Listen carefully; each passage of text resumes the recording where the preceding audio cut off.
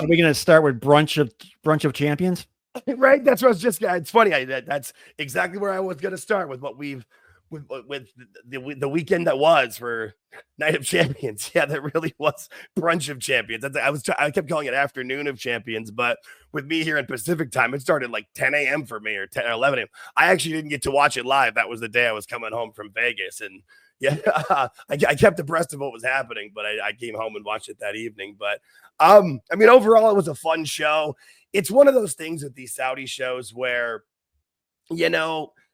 what is it? Because there's, people that they don't like to see the massive storylines happening over there. And it's kind of weird to watch them that early in the morning. Is it better to them just be like the regular PLEs and just part of the process as they are now? Or like before when it was like the non-canon shows and you really didn't have to watch them. It's a weird, it's a weird big thing. What's the better plan? What's the better play? I really don't know. See, for me personally, I think here's the thing. If I'm going to watch the shows anyway, I'd rather them matter, because I really didn't like the Greatest Royal Rumble. And then, whatever, what was the show that ended up having with Goldberg and Undertaker? That was the debacle, or was it Brothers of Destruction versus DX? Like, just, I feel like these are better than those. You have to please the customer. That right there. I was just going to say, it's all about what Turk Al Sheik wants. I would feel like it's most important to him, and he's the one paying. Now, is it $50 million a year, or is it $50 million a show? No, it's not a show. That's what I thought. I thought it was $50 million per year. If it is, but I've heard some people say the way some people say it, they act like it's per show. I never thought it was. I always thought it was per year. But either way, like, they got to do it. And then, it's kind of, I thought the way the show was done was done very well. It was done just like any other PLE. I thought it went fairly fast for having 6 matches on it. But the first match on the card was Cody versus Randy Orton, which I thought for me was really cool to see, because you grew up watching these two. Like, Randy Orton's one of the first guys that I remember like coming out and debuting and knowing like this guy is gonna be something and living up to that full potential. And then the Cody and Randy legacy stuff back from, was it 2008, 9, 10? I thought that was the nice callbacks and good nostalgia. And you knew these two were going to put on a big match. I kind of thought this would be the main event, but once it wasn't, you knew there was going to be some shenanigans in the main event, which not surprising, but I really enjoyed this match. I thought this match, for me, it was probably match of the night. I really, really enjoyed this. I was surprised they opened with it, but once they did, I was happy. This was my favorite match, my highest rating of the night, my favorite part of the day. It was perfect. It was perfect. Yeah. No, this went really well with my pancakes. Yeah. No, I thought it was cool too to see like the spots where Randy almost was gonna punt him and then didn't, and then went for it, and that cost him. And then with the turnbuckle, and then it was funny. It was one of those things where I tried to avoid what I could of the show because I couldn't watch live, but you're never gonna be able to avoid everything. And one of the main things that I saw was Cody teased a heel turn. I'm like, he did a couple of small, right? Exactly. I'm like, he did. It's back to with Cornette, where he talks about, the babyface can do heelish things like as retaliation, and that was what it was. Randy's the one who took off the turnbuckle and got hoisted by his own petard. So I thought it was great. Now I do think they did tease just to let you know that Cody isn't completely, super pure, which he shouldn't be. He's a modern day wrestler, but I still thought it went very well. I thought the spots were great, and I thought it ended the exact way it should have. Cody absolutely should have won. Makes the most sense. I'm curious what'll happen at SummerSlam, because if he doesn't win, oof at that. I don't know. Yeah, this was heading for a 3 for me for ratings. Yeah, a 3. I do not like Cody kicking out of the RKO twice. Not a fan of that. Yeah, I'll give you that. Yeah, I didn't like that. I didn't like it. Yeah, I was like, the RKO has been one of the more protective finishes in WWE, and then he kicked out twice. So I wasn't. Yeah, I get you, and it's one of those things where the finishers just aren't what they used to be, and I wish they were. It started and it's going now. we're seeing it every week. The finishes aren't protected anymore, dude. Yeah, no, you're right. They really aren't. It's too bad. Yeah, it's just that it's the change in the modern style, and for guys like us, it's called a finisher for a reason. It's not hit. Yeah, I think of the old video games where there were signature moves and finisher moves, and your signatures could hurt people, and sometimes you could get a win out of those, but usually you needed to hit the finish. And I mean, that's even like with Cody, where you sometimes has to do 3 crossroads. Like, I kind of get that one, but I don't like the kicking out of the. I already stated the fact I don't like it, so we're good. Yeah, no, and I feel like once would have been fine. You're right. You're absolutely right. Once was good. The second it's a bit much, and I mean we've seen it. Like, what was it? The Seth Punk match at the beginning of the year where they at the first Raw, there was a lot of kickouts of it. And I mean, I got it get in a blood feud too, to a point. The second kick out he did was after the one day he came off the ropes and Orton caught him in midair. So I didn't really like that one even more. Yeah, that was the second RKO kick out. That was a good one too. Yeah, no, nice RKO. I like that one. I agree with you. I really do. Now, I did give this match a 3, but I am an admitted Cody homer. I really am. And Randy, I went 2.5. That's all. 2.5. Yeah, no, that's But even for both of us, it definitely was match of the night for me, for sure. What a hell of a way to start the show. The next match on the card, which was also very good, at least fun, entertaining, was Rhea versus Raquel. What is this, like big meaty mommies slapping mommy meat or something? Like, this is cool to see more of, like, everybody wearing their bondage uniforms. Yeah, I mean, that's gonna be part of it. That's what you got to do over there. You would hope. But what they've done in a weird sort of way, Jake, what they've done is they've made it more dirty, more sexy. You know what I mean? Oh yeah, no, for sure. They've, especially with Liv. Liv was always doing her like Britney Spears looks or her other different ones. I thought Tiffany Stratton did the same kind of thing at on the SmackDown before there. It's like, all right, what's the exact rules? Hey, you just have to not show the skin. Okay. I don't really. I mean, again, I avoid politics and religion for a reason. Like, they are doing they are what they are. I thought that they definitely have done the best they can for it with the WWE ladies, for sure. I enjoyed this match. It wasn't anything super special. Thought exactly it was what it was, and needed to kick Rhea up to kind of reheat her up so she can get a title challenge, which, we saw coming up this week on Raw as well. So it makes a lot of sense of why this happened to have Rhea win. I thought they were going to do something with Raquel in here. I really did. I would have liked to have seen her win, because it doesn't affect Rhea in the least bit. Oh, nothing. Right. Yeah, she's bulletproof. There's two matches on this card where I was thinking the other guys or the other women, and I got screwed. So I just kind of figured this was going to be a way to reheat Rhea up, so that whether it was going to be challenging EO at Evolution or even at SummerSlam, because I was pretty sure Jade Cargill was going to win her match and challenge Tiffany at SummerSlam. But I mean, I thought the spots that they did in this match were cool. It was a fun street fight, but nothing super special, but nothing bad. I didn't think there was anything, egregious with the match. I just thought it was fun and fine. I thought it was funny, when Roxanne came out and Rhea just kind of batted her away.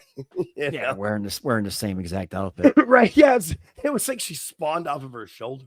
Yeah, no, but I enjoyed the match. It was, but I also thought of like the spot where it was too, after the men's King of the Ring finals. There was always going to be a tough spot to be in this after that match. No, they did a nice job. I gave it a 2. It was cool. That was exactly what I have. Like, a 2 is exactly what I have on it. Nothing. Which again, everyone, remember, we are not on the Dave Meltzer crazy Infinite Star scale. 4 isn't a great, amazing match. 3 is incredibly good. Like, 2 is still a very good match. It's that's how it works. It's not. We're not saying these things are bad. The next match on the card, the next one was the Sami Zayn and Karrion Kross. Yeah, case in point where I figured the other guy was going to win.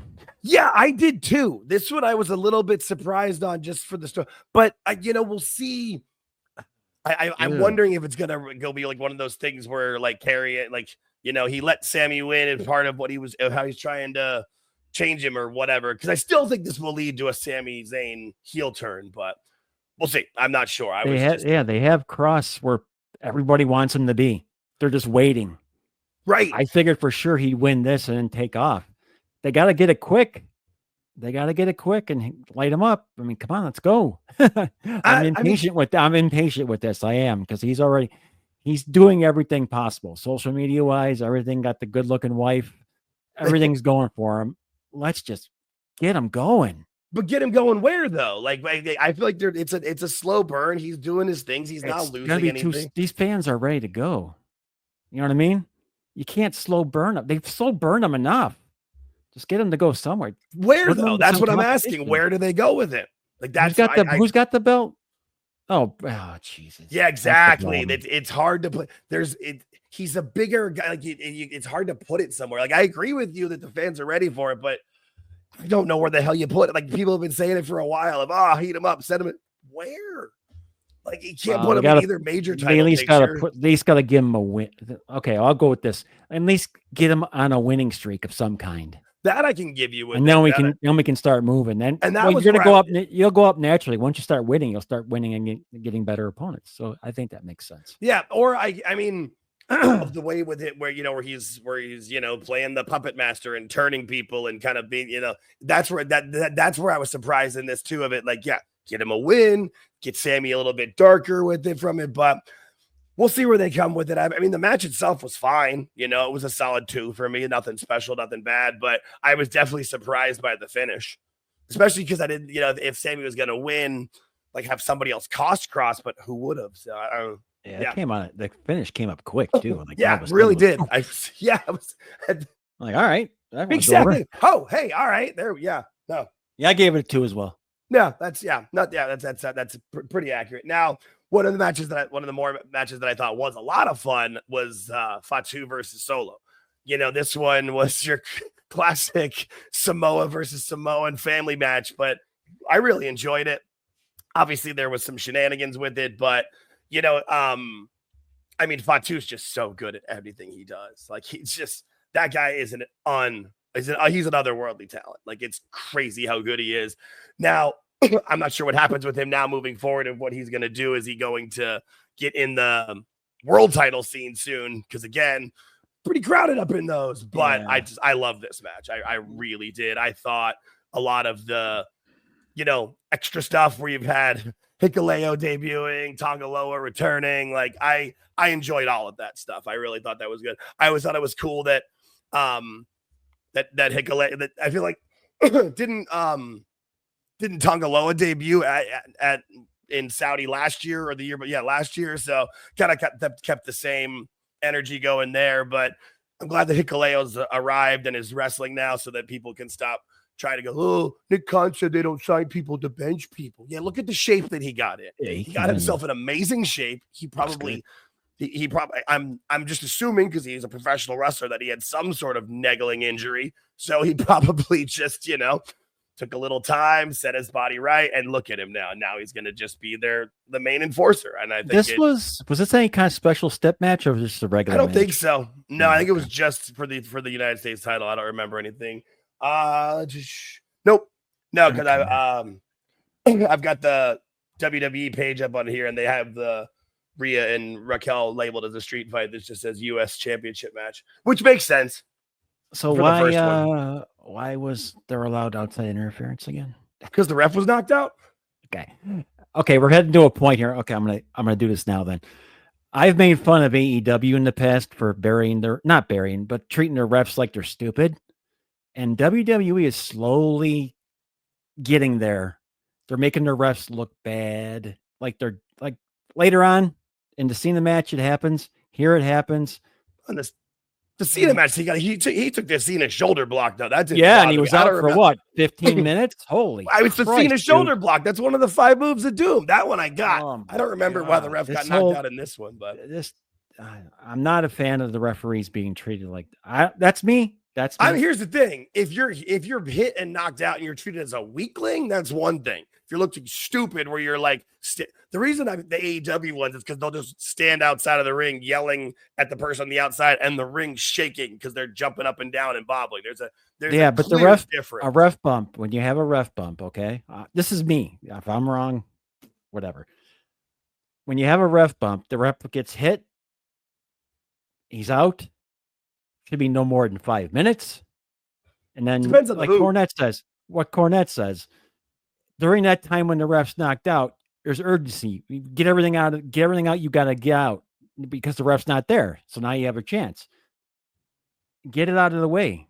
Get down, beat his ass, do all sorts of dirty stuff you can do. Referee's not there. Good. 5 minutes goes past. That should be it. There should be another ref coming in from the back, or this guy should be up at that point. That's me. Well, and Charles Robinson did try to come out, and we'll get into that part of it. After how long? That's my point. I understand what you're saying. I didn't have a timer on it. It was 10 minutes. It doesn't bother. It doesn't. It bothers me a lot. It bothers me more than 5 minutes. It's ridiculous. The referees are supposed to be like, if you took a John Cena shoulder tackle, I wouldn't be out for 10 minutes. I don't think I disagree. I wholeheartedly disagree. That's fine. I'm just saying, once it gets past a certain point, people, when I'm watching it, I was like, and then when the ref come back, he popped up like nothing fucking happened. He just jumped up and made the 3 count. That's a different match altogether, but he just pops up. It's not believable to me. That's my point. And if you don't agree with it, it's fine. I don't care. I do not feel that you should be out for 10 minutes. I don't. It depends on the move you're taking. Then there should be another guy. There should be okay. My point was, after 5 minutes, if you take this move of death that you just said, like I took a Shawn Michaels kick. Yeah, I'm going to be out. I didn't say anything. Okay, hang on. There always should be other refs coming. Hang on. I'm going to be out for a while. Okay, that I get. After that certain time, there should be another ref coming. Not after 10 minutes, but after 5. There should be another ref coming out the moment a ref takes a bump, in my opinion. Not the moment, but they should be like trying to shuffle it out, and then then they should be running out. And now you see, you made my point for me. I'm not against you on your point. I'm just saying, like, the shoulder bump didn't bother me. I don't remember how the ref got knocked out in this one because I was watching. I had to watch 6.5 hours at once. I'm complaining about the time. You said it. You even said it, which is perfect. If the ref gets bumped, you should be in the back shuffling to get a new guy out there. Absolutely. But they don't. But that's not happening. That's my only thing, and you agree with that. So that's 100%. Yeah, 100%. No, I don't. Because I feel like you were just trying to make me think that I thought it was the bad idea that he took the bump. That's not the point. The point is the time frame. Yeah, I get it. And what could work, like in this situation, in this match, where if you do have another ref coming out and you've got other people there and about it, you could have things happen because until the ref gets into the ring, he's not in charge or whatever, so they can still make things happen. That's fine. The problem is, if you're just sitting there and there's nothing going on, and Charles Robinson comes out because of Seth, as opposed to where there's nothing going on. Yeah, it's definitely a crutch that they're using with it. The difference for me is like with the AEW comparison is I know that. No one's actually bumping like you just got what's his name, the bald guy, Knox, just reaching over the ropes, pointing at Don Callis, and the ring shaking behind him. That's where I'm like, oh Jesus. But so that's less on making the refs look bad. It's really just making I don't even want to say the promotion, but like the rules and whoever's the general manager's in charge, they should be sending people down there. But that goes back to like, why do certain fights get broken up in 2 seconds? Yeah, other ones are allowed to go forever. The only time I'm okay with the fights going on like that is when it's Heyman's group, because I feel like Heyman has some sort of power somewhere, and that works for me. But other times you're just like, come on, where's that coming out? But overall for this match, I thought it worked. I mean, I knew Solo was going to win because of the group, because if Solo lost here, where was his career going? I know. Like, he's gotten real good. He's shown some real improvement, dude. Real improvements. Yeah. I've noticed it big time. Yeah, no, I always liked him, and I always knew he had that in him, and he was great because I thought he was funny and good when he was just the silent enforcer with the, in the Bloodline at the beginning, with stuff that he did with Sami Zayn was great. But I just think that, I feel like he's like the king of the midgard. Like, I don't feel like you want to move him into the main event scene. I feel like that's what was kind of what hurt him, was that he was in that a little bit too big for his britches. Too big of a spot too soon. Yeah, always look at him as like it's like a mob movie where like the Don gets arrested. No such thing as the mob. Right. No such thing. I said mob movie. Okay, you know, where like and the Don gets arrested and is in jail, and like the muscle takes over and it just runs the group wrong. That's kind of where Solo is. He just needs to be. He's a little bit lower off. He needs to be like an underboss. He's not, Yeah, I like what he's doing. He's good, really.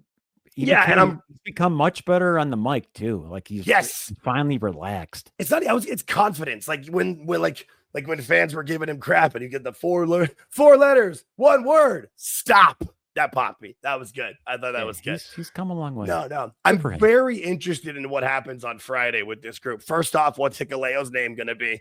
Because we know now that it's been established. If they don't say his name, if they don't say somebody's name when they first arrive, it's getting changed. I hope it's not the Tonga that they. I think it is. I mean, unless there's somebody else debuting, which there could be.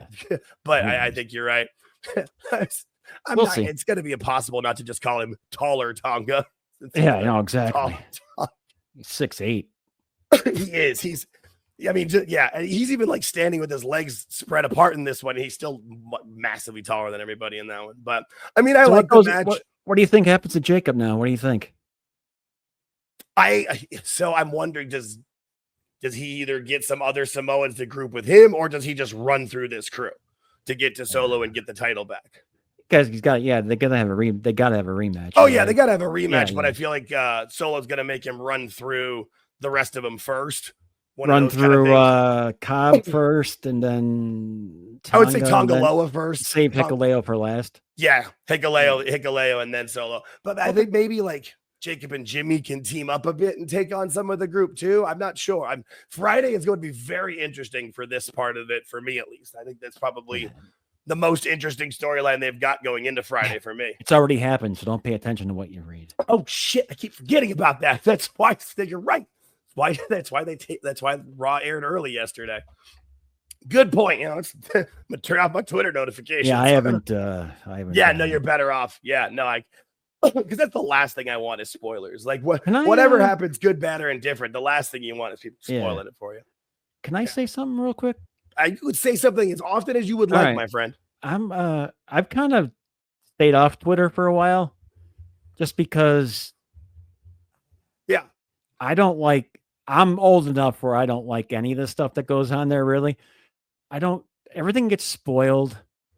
Everything is gossip.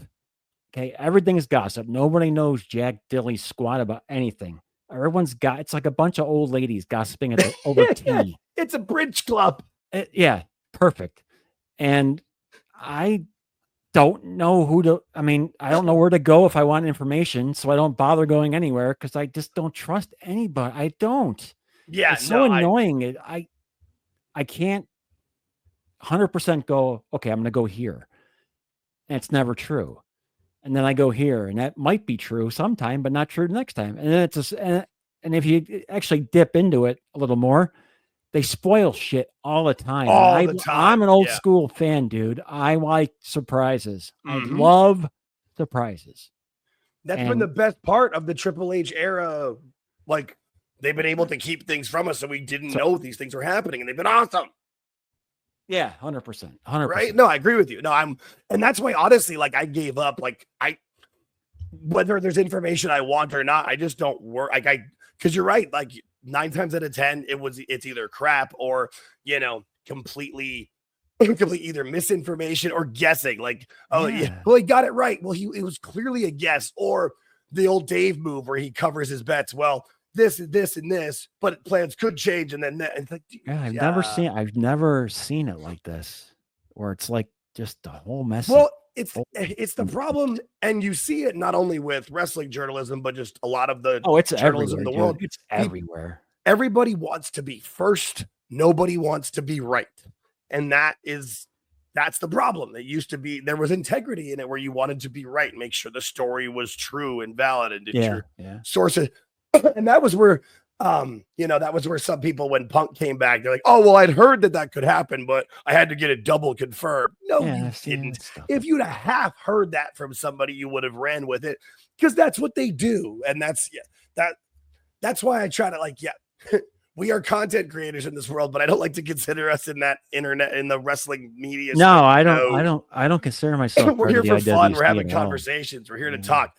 We'll agree on things. We won't agree on things. We'll have fun about it. But it's not that serious. It's sad with where they've done with it. They really, I'll give credit where you wouldn't think I would. I'll give credit to Sean Ross Sapp. He at least checks shit out. He'll get a story and actually try to figure it out, which I appreciate. At least he has some journalistic integrity. Yeah. Whether you think about him personally or not, I don't care. He's doing a good job. Oh, yeah. I never have a problem with his reporting and with what he does there. My problem is just the way that he treats people and acts about stuff. Like I said, I'm not worried. And that's why I don't. And I don't. That's why I don't like follow or support his. But I've been blocked by him for 4 years now, I think. So he doesn't like me, but that's fine. It's just that. I even like if Dave was reporting correctly, obviously we know he's not, but if he was, but still doing this whole Twitter act that he does, that from what we've heard is kind of like a gimmick essentially of him just being completely rude and, name calling to people and stuff, at least if he was still being right about his reporting, you could give credit there. And I would, but he's not. If Dave came out and said, let's say Jade Cargill's hurt. He comes out and says, Jade Cargill got hurt. I checked with the medical doctors. I checked with WWE, and they confirm that she's hurt. Boom. He checked with 2 sources, but he doesn't do that. No. And he can do it quite easily. He's a name in the business, whether you like him or not. He's a name in the business. He's got everybody's phone number. Everyone knows how to reach him. He can call or text anybody and get answers. He refuses to do so, which is why I don't care. Yeah, and then he would rather. I don't want to get off on a Dave melt here. So no, but I'm with you 100%. No, I am fully with you 100%. Okay, back to brunch. Back to brunch. I gave this match 2 1/4 for me. So did I. Yeah, it's about right. I enjoyed it. I thought it was fun. I'm excited to see what happens next with them for sure. Speaking of, the next match was Jade Cargill versus Asuka. You're not gonna like me here, Jake. I'd say this match was very quick. It was what it needed to be. I'm still surprised that she is as green as she is. I feel like there's been enough time for her to take training and get this, but I don't know. Okay. I mean, the match I'll let you finish. Then I'm gonna go here. No, I'm good. Okay. You mentioned she seems awfully green. Yeah. There's 2 things. Having played sports my entire life and coached sports my entire life and done everything sporting my entire life, AEW must have done such irreparable damage to her. And yeah, I get what you mean. That's a major factor. I also think WWE made a big mistake not putting her in NXT first. Yes. Huge mistake. And she's not good. She looks great. But she doesn't have, I don't know her, so I don't know, but she doesn't seem like she has the want to be a wrestler. She wants to be a movie star, which is fine. But 5 years, there's been little, she sells better. That's the only progress she's made in 5 years. I'm sure there's other things. No, I mean, but what I've noticed is there's not a lot of improvement. No, because you can see it in every match. Yeah. There's a point where she gets lost. She memorizes everything perfectly. Yep. And then when there's something happens. Yeah. It's like she can't. Yeah, it's like she's got the script down, but she can't improvise. She can't think on her feet when she needs to. I think it was a mistake. It was a big mistake not putting her in NXT. I think that's the realist way. That's the realest way to speak about her. Like, if she could have used 6 months to a year in NXT, working consistently in the PC on TV there, and then doing those tours that they do. Mm-hmm. Yeah, that was it, the Coconut Loop or whatever they call it. Yeah. Yeah, where you're doing like Melbourne, Florida, and working. Yeah, I see Lexus, and it's funny, Lexus King, who has improved a lot. You see him every weekend. He's on one of those house shows at a high school gym or a boys and girls club. If she was there, yes, and there was a moment when she debuted initially where she was on NXT. She was up on that stage where Blake Monroe debuted, and you thought that was, and then they didn't, and and I think you're right. They're paying the price for it. She just needs more in ring time that isn't on the full national scale or worldwide scale that she is on the main where roster. are you gonna do that? NXT. But too late now. You can't. It's way too late now. No, you're right. Man. And now, like, I mean, God, the match. I mean, Tiffany's great, but I mean, how well can Tiffany be like a ring general? She was an NIL talent. Yeah, Bianca's already suffered. Yeah, she had to carry. I'm not suffered. That's wrong. No. Oh, well, she lost. But she was a good portion of her sacrificed part of her. Yeah. Yeah. No, she sacrificed what was like 8 months of her career. Yeah.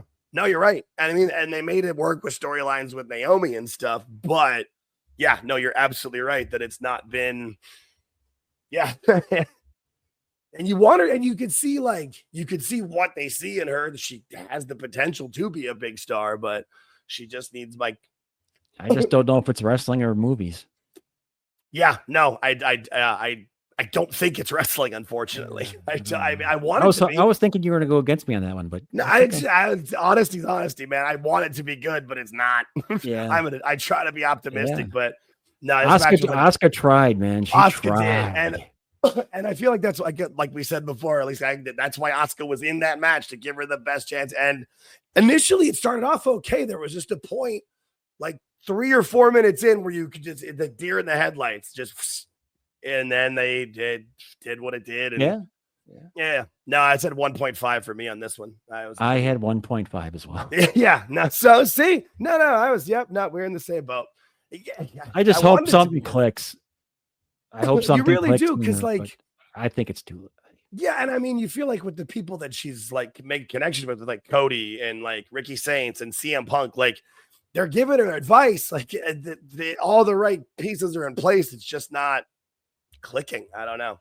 Doesn't make a lot of sense. You don't want to say it's the want, but it seems like that's what it is. No, I think you're right. You can kind of tell. No, I get you. No, yeah. My dad was a soccer coach. He was a soccer coach here in Arizona from like 1980 to 2005, and in New Jersey 7 years before that. So. Yeah, no, I can fully get you on the coaching side of it, and that's some of that part. Like, it's you can have all the athletic talent and skill on the planet, but if you don't put the work into it, that's why coaches will always pick the player that's got the hustle. Yeah, and I assume she's at the PC, but I don't know that. So we haven't seen any clips. Once in a while, but you think they throw those out there? Well, I mean, I've seen clips like with from Natalia where she does stuff, and I've seen her working out there too. But like working out is as great as that is, that nothing can replace time in front of an audience, even if it's a small audience. And I feel like shouldn't have hurt her going into NXT, going in front of small audiences. She had just been wrestling in front of small audiences for 3 years in AEW, but is what it is. You hope she gets better. I'm very nervous for that match in New Jersey. Not gonna lie. It's gonna be interesting. Yeah, it will be. Speaking of interesting, first off, just gonna talk about this for a moment. The Punk Life promo on Friday was fun. It was silly, but I thought it was great. If you're gonna steal my shit, I'm gonna steal your shit. I enjoyed that. Plus, I always loved the Word Life theme song. I always thought it was a lot of fun. This was interesting. This match it caught me a little bit off guard. It was pretty cool. Yeah, no, I mean, the match was fine for what it was as it going on, but you knew something was going to come up, and it was Seth and his crew coming out. I wasn't that surprised by it. I was just kind of surprised that they all the way it kind of came out, and they all came out with him. But I'm going to interrupt you for a second, Jake. Please do. This match up until this point, when they came out, was actually good. The match was so too. The match was going really well. Like, I was enjoying it, and I'm like, okay, this is really good. And then I'm thinking in the back of my mind, I go, some stuff's got to happen. I think the crowd was everything into it too. And everything happened, and it went right downhill for me. But I mean, because it was a good match. It was everything was going pretty smooth. I thought it was great, and then all of a sudden, it was old school. It was an old school wrestling match. They were absolutely. They were going back and forth. There was a lot of give and take, and there were times where it seemed like Punk could win, but you knew something was going to happen. You knew something was going to get involved, and I assumed it was going to be Seth. For nothing else to screw Punk out, but Seth comes out, and then Charles Robinson does his best WrestleMania 24 impression and runs down until he gets absolutely leveled by John Cena. Do you like I love Charles Robinson so much. When people cash in, do you like when they bring the ref with them? Yes, if you're gonna cash in, you have to bring that. That's why that was the part I was like, I wasn't sure what he was doing with that of it. Which he said, on Raw, it was kind of more to screw Punk out of it, which at least made some sense within it. But yeah, if you're not bringing the ref out with you, that's why when Tiffany cashed in, when she's holding the ref's hand, they're running out with them. Like, yeah, no, absolutely. You've got to with it. I did think this was a fun visual though. Charles Robinson and his, older man run. He was trying to run, but those knees don't bend as well 20 years later. Charles is a good man, same age as me. He's the best, dude. How long has he been in the industry? He's still taking down the ring at the end of the night. Looks the same too. Yeah, seriously. He is just, man, I love the guy. Yeah, we had to include that shot for this match. That was the big spot of the match for me of it. But and then Cena with trying to getting involved with Rollins and giving him the AA, and basically it all ending with Cena walks out with the title. Punk doesn't get the win. Seth is mad. I thought it was fun, Oh yeah, and then what was it? Penta came out and got involved with Braun, and so did didn't like the fact that was the part of didn't like the dancing when he came out. I made fun of Jeff Hardy for doing it, so I'm gonna make fun of Penta for doing it. Yeah, you're coming to save somebody, not do a dance, buddy. Well, I don't know if he's coming to save somebody. He was just coming in to kind of be, to piss off Braun, because that's where that feud's kind of going with it. But no, that was the part where the match lost me. I was fine with everything else, with all the involvement, with Seth being out there and all that, but. Yeah, I guess it set up the Raw main event, but it kind of, that was the point where it was overbooked for me. I tapped out from that point. Like, the match was, for me, everything was great up until that point. The match, I liked Seth coming out. I liked what they did there because they knew they were going to do something. But yeah, once Penta came out and Sammy came out, it was just like, all right. That felt like a very little WCW late 90s for me, of just like, throw him out there. But yeah, whatever. It took away from the match for me a lot. Like I had it at a 2.5, then I went down to a 1.75. Wow. So I had it at a 2.75 and went down to a 2. Yeah, I went an extra quarter. No. It was too much for me. It was way too much for me. That's all. Yeah. No, it was overbooked. It was overbooked. It was fun, but it was overbooked. But again, that's like what we went into from the start of it. Like, is that, you're put on a big show for your big fan there in the Turk El Sheikh. So, if they were entertained, the crowd seemed to be very entertained. I will give the Saudi crowd much more credit. Like, yeah, they're nice. They're getting better. They know what the storylines are. They sing the songs like that. Any of the problems that people have with Saudi, it's not you're going to have a problem with the people of the nation. It's the leadership and whatever. So I at least give credit to them. And these shows are probably more entertaining for them as fans than they would be if it was like, the greatest Royal Rumble and all of those. But yeah, they were a good crowd for most. They were. No. Yeah. And I noticed that, I don't know if it was the last Saudi show or the one before that, where I started to notice like, oh, hey, they're singing the songs. Like, they're really getting more into it. Cause I'm sure they've seen the videos and everything and the shows from the European tours and stuff. So overall, I enjoyed the show, but it wasn't anything super special, but I didn't expect it to be. Yeah. I enjoyed it. Was a good afternoon of entertainment. Yeah. And then afterwards, I got to do more stuff, so it was cool. Right? That's always nice when the show's over and you're like, oh shit, the sun's still out. I got things I can do today. You didn't lose your whole Saturday. I gave it a C. I was gonna say B-. So we're right. Same boat. Yeah, no, it was fun. But for a brunch show, that was fine. I'm definitely much looking more forward to SummerSlam, but we will see what comes in for it for sure.